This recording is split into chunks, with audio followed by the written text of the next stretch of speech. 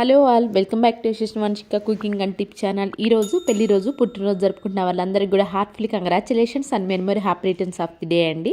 Skip చేయకుండా చూడడానికి అయితే ట్రై చేయండి. ఈ టిప్స్ తోటి మన పనులను సులువుగా చేసుకోవచ్చు, మన మనీని అయితే సేవ్ చేసుకోవచ్చు. ఏది మీకు బాగా నచ్చింది అనేది కమెంట్ బాక్స్లో కమెంట్ చేయండి. యూస్ఫుల్గా అనిపిస్తే మీ ఫ్రెండ్స్ అండ్ ఫ్యామిలీకి షేర్ చేయండి. స్టిప్ని అయితే చూసేద్దామండి. స్టిక్కర్ ప్యాకెట్స్ మనం ప్రతి ఒక్క ఇళ్లలో ఉంటాయి కదండి. ఇవన్నీ అయిపోయిన తర్వాత అయిపోయిన తర్వాత అనవసరం చెప్పి ఈ ప్యాకెట్ని పడేస్తూ ఉంటాం కదా. కానీ దీన్ని ఇప్పుడు ది బెస్ట్ యూస్ టిప్ కోసం అయితే తీసుకొచ్చేసండి. ప్రతి ఒక్క లేడీస్కి ఉపయోగపడే సూపర్ యూస్ఫుల్ టిప్ అండి ఇది. దీన్ని ఈ విధంగా మధ్యలోకి ఫోల్డ్ చేసేసి పిన్స్ అయితే కొట్టేసేసేయండి. ఆ తర్వాత నేను అటు ఇటు కలర్ పేపర్ ఉంటుంది కదా అని గ్లూతో పెట్టి అంటించాను. లేకపోతే మీరు డైరెక్ట్గా అలా వదిలేసినా ఓకే అండి, కలర్ పేపర్ లేకపోతే. ఈ విధంగా మనం క్రెడిట్ కార్డ్స్ కానివ్వండి, అమౌంట్ కానివ్వండి, మనకు ఒక చిన్న పర్స్ లాగా రూపాయి ఖర్చు పెట్టకుండా ఇంట్లో మనం వాడి పడేసిన స్టిక్కర్ ప్యాకెట్ తోటి మన క్రెడిట్ కార్డ్స్, డెబిట్స్ కార్డు పెట్టుకునే పర్స్ అనేది రెడీ అయిపోయింది. ఐ హోప్ టిప్ అయితే నచ్చిందని అనుకుంటున్నాను. నెక్స్ట్ టిప్ వచ్చేసి ఎప్పుడైనా సరే మనం ఓన్గా మెజర్ చేయాలి అనుకోండి, అసలు ఆ వీలు కుదరదు కదండి. మనం హ్యాండ్తో పట్టుకోవడం, ఒక హ్యాండ్తో మెజర్ చేయడం అవ్వదు కదా. అలాంటప్పుడు మెజర్ స్టార్టింగ్ పాయింట్ ఎక్కడైతుందో అక్కడ పిన్నీస్ పెట్టేసేసాము అనుకోండి, మనం మెజర్ చేసుకోవడానికి దాని లోపల నుంచి టేప్ ఇలా లాగే మనకు మెజర్ చేసుకోవడానికి ఈజీగా అయితే ఉంటుందండి. చూపిస్తున్నాను చూడండి. ఎవరు హెల్ప్ లేకుండా మనగా మెజర్ అయితే తీసుకోవచ్చు. ఎప్పుడైనా అవసరమైనప్పుడు ఈ టిప్ ట్రై చేయడం మీకు ఖచ్చితంగా వర్క్ అవుతుంది. నెక్స్ట్ టిప్ వచ్చేసి ఎక్స్పైరీ అయిపోయిన క్రీమ్స్ ఉంటాయి కదండి మన ఇళ్ళలో ప్రతి ఒక్కరు. అయితే వీటిని అనవసరం అని చెప్పి పడేస్తూ ఉంటాం కదండి. ఏ క్రీమ్ అయినా పర్లేదండి, మీ ఎక్స్పైరీ అయిపోయిన ఏ క్రీమ్ అయినా తీసేసుకోవచ్చు. కొంచెం అయితే తీసేసుకున్నాను నేను ఇక్కడ. దానిలోనే కోకోనట్ ఆయిల్ ఉంటుంది కదా, కొబ్బరి నూనె కూడా కొంచెం అయితే వేసేసుకున్నాను. ఇయర్ బడ్స్ తోటి ఈ రెండింటిని బాగా మిక్స్ చేసేసుకోవాలండి. ఇలా మిక్స్ చేసుకున్న మిశ్రమాన్ని ఎందుకు ఉపయోగిస్తాం అనుకుంటున్నారు, చూపిస్తున్నాను చూడండి. ఖచ్చితంగా ర్యాక్స్ అనేవి ఉంటాయి కదండి ఈ రోజుల్లో ప్రతి ఒక్కరి ఇంట్లోకను.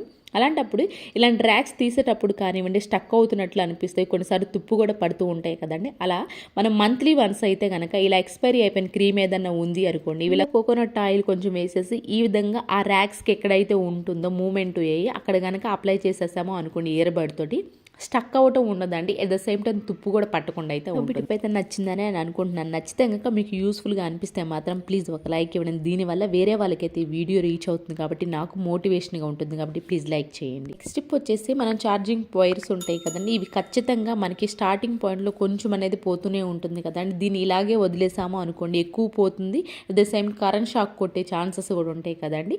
అయితే ఇప్పుడు ఈ కొంచెం దాన్ని ఎలా కవర్ చేయాలి, మనకి రూపాయి ఖర్చు లేక అనవసరం అనే పడే బాటిల్ క్యాప్స్ అయితే ఉంటాయి కదండి వచ్చినవి, వాటితోటి ఇప్పుడు వైర్ని ఎలా కంప్లీట్ చేయాలో చూద్దామండి. కొంచెం క్యాండిల్ తీసుకొని కాల్చామనుకోండి, మన క్యాప్ అనేది ప్లాస్టిక్ కాబట్టి కొంచెం కరిగిపోతుంది కదండి.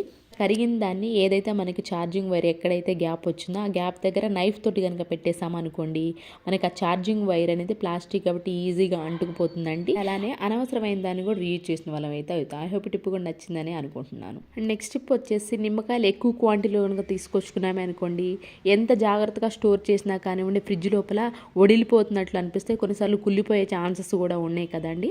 అలా కాకుండా నేను చెప్పే ఈ ట్రిక్లో కనుక మీరు ఫ్రిడ్జ్లో పెట్టేశారు అనుకోండి, 6 months వరకు ఒక కాయ కూడా పాడవదండి. దానికోసం ఒక గ్లాస్ జార్ని అయితే తీసేసుకున్నానండి. ఎయిర్ టైట్ బాక్స్ ఉంటుంది కదండి, మీకు ఇంట్లో ఎయిర్ టైట్ కంటైనర్ బాక్స్ కనుక ఉంది అనుకోండి, దానిలో పెట్టేసేసేయండి.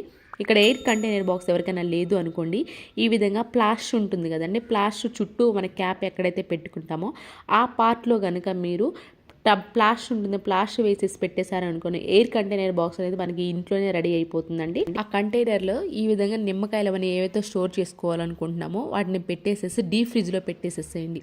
ఈ విధంగా మనకి ఎప్పుడు కావాలి అనుకుంటే అప్పుడు మాత్రమే ఒకటి నిమ్మకాయని తీసేసుకొని వాడేసుకున్నామే అనుకోండి, మనకు 6 months అయినా సరే మన నిమ్మకాయలు పాడవటం అనేది జరగదండి. నిమ్మకాయ అవసరం ఉంది అనుకోండి, ఒక నిమ్మకాయ తీసుకొని ఒక 5 minutes చల్లనీళ్ళలో కనుక వేసేసారు అనుకోండి, ఆ నిమ్మకాయ వెంటనే మనకి డీప్ ఫ్రిడ్జ్లో పెట్టాక గడ్డ అనేది లేకుండా ఈజీగా మనకు జ్యూస్ తీసుకోవడానికి అయితే ఉంటుంది. ఇది కూడా నచ్చిందని, నచ్చితే ఏది బాగా నచ్చిందని కమెంట్ బాక్స్లో కమెంట్ చేయండి. వచ్చేసి మన కిచెన్లో ఉన్న స్విచ్ బోర్డు కొంచెం ఆయిల్గా ఉంటుంది, అట్ ద సేమ్ టైం దుమ్ము కూడా ఎక్కువ పడుతూ ఉంటుంది కదండి. దాన్ని దుమ్ము లేకుండా నీట్గా క్లీన్ అవ్వాలి అనుకుంటే మాత్రం ఒక పాత టీషర్ట్ పైన, పాత క్లాత్ పైన కొంచెం నెయిల్ రిమూవల్ వేసేసి కనుక క్లీన్ చేసుకున్నాం అనుకోండి స్విచ్ బోర్డ్ని, ఆ ఆయిల్ మరకలు అనేవి లేకుండా ఉంటే దుమ్ము అనేది కూడా లేకుండా చాలా నీట్గా అయితే క్లీన్ అయిపోతుంది. అండ్ నెక్స్ట్ టిప్ వచ్చేసి నిమ్మకాయ ఆల్రెడీ జ్యూస్ పిండేసిందేనండి, దాన్ని అయితే తీసేసుకున్నాను. దానిపైన సాల్ట్ వేసేసానండి. నేను చెప్పే ప్రతి ఒక్క టిప్పు కూడా ప్రతి ఒక్కరికి అవైలబుల్ ఉండే వస్తువులతోనే చెప్తానండి. ఎన్ టైం కూడా ఏంటి అంటే కెమికల్స్ మ్యాక్సిమం అవాయిడ్ చేసి చెప్పడానికైతే ట్రై చేస్తున్నాను. కాబట్టి ప్లీజ్ మీరు కూడా ఒకసారి ప్రీవియస్ వీడియోస్లోకి వెళ్ళి చూసి మీకు నచ్చితేనే సబ్స్క్రైబ్ చేసుకోండి.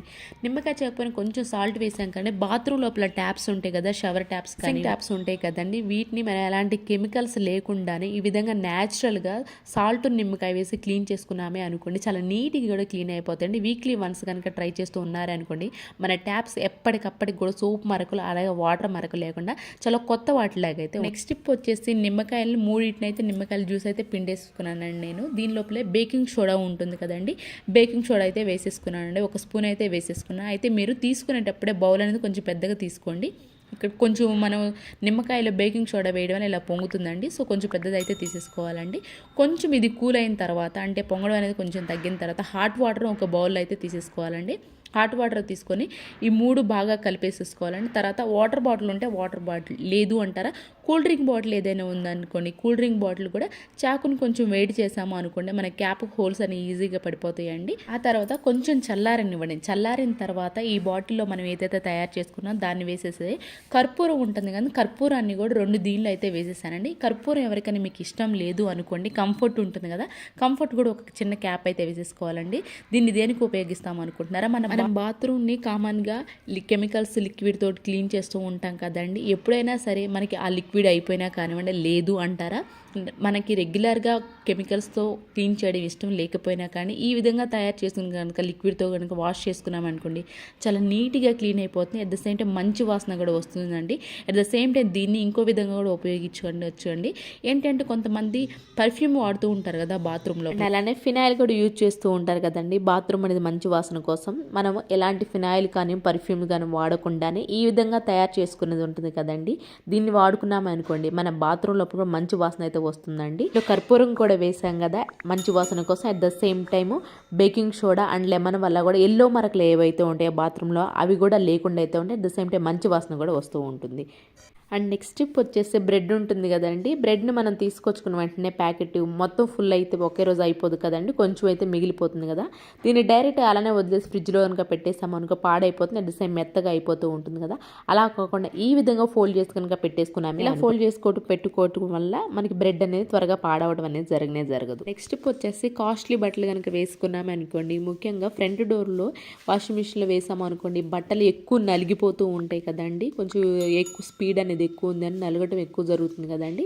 మనకి కాస్ట్లీ బట్టలు వేసినప్పుడు నలగకుండా కొంచెం తక్కువ నలుగుతూ ఉండాలి. అట్ ద సేమ్ టైం మనకి మురికిపోవాలి అనుకుంటే మాత్రం ఐస్ క్యూబ్స్ ఉంటాయి కదండి, ఐస్ క్యూబ్స్ కనుక వేసేసి వాషింగ్ మిషన్లో వేసేసాం అనుకోండి, బట్టలు మనకి ఎక్కువ నలగకుండా ఉంటాయండి. అట్ ద సేమ్ టైం మురికి కూడా త్వరగా అయితే పోతుంది. ఎందుకు అని అంటే అది కూడా రీజన్ చెప్తానండి. మిషన్ స్పీడ్గా రన్ అయ్యేటప్పుడు మనకి బ్యాక్ సైడ్ ఉన్న మోటార్ అనేది ఎక్కువ హీట్లో ఉంటుంది కాబట్టి మనకి బట్టలు ఎక్కువ నలిగినట్లు అనిపిస్తుంది. ఐస్ క్యూబ్స్ వేయడం వల్ల హీట్ అనేది ఉండదు కాబట్టి మన బట్టలు త్వరగా మురిగిపోతే అట్ ద సేమ్ టైం నలగను కూడా నలగవేయండి. ఈరోజు టిప్స్ ట్రిక్స్ యూస్ఫుల్గా అనిపిస్తే మాత్రం ఈ టిప్స్ అని ఒకసారి ట్రై చేయండి. ఏది బాగా నచ్చిందని కామెంట్ బాక్స్లో కామెంట్ చేయండి, లైక్ చేయండి, షేర్ చేయండి, సబ్స్క్రైబ్ మాడతాం అస్సలు మర్చిపోకండి. రేపటి వీడియోలో మంచి టిప్స్ మళ్ళీ మీ ముందుకు వస్తాను. అంతవరకు మీ అందరైతే హ్యాపీగా ఉన్న హార్ట్ఫుల్గా ఎత్తుకున్నాను. Thank you.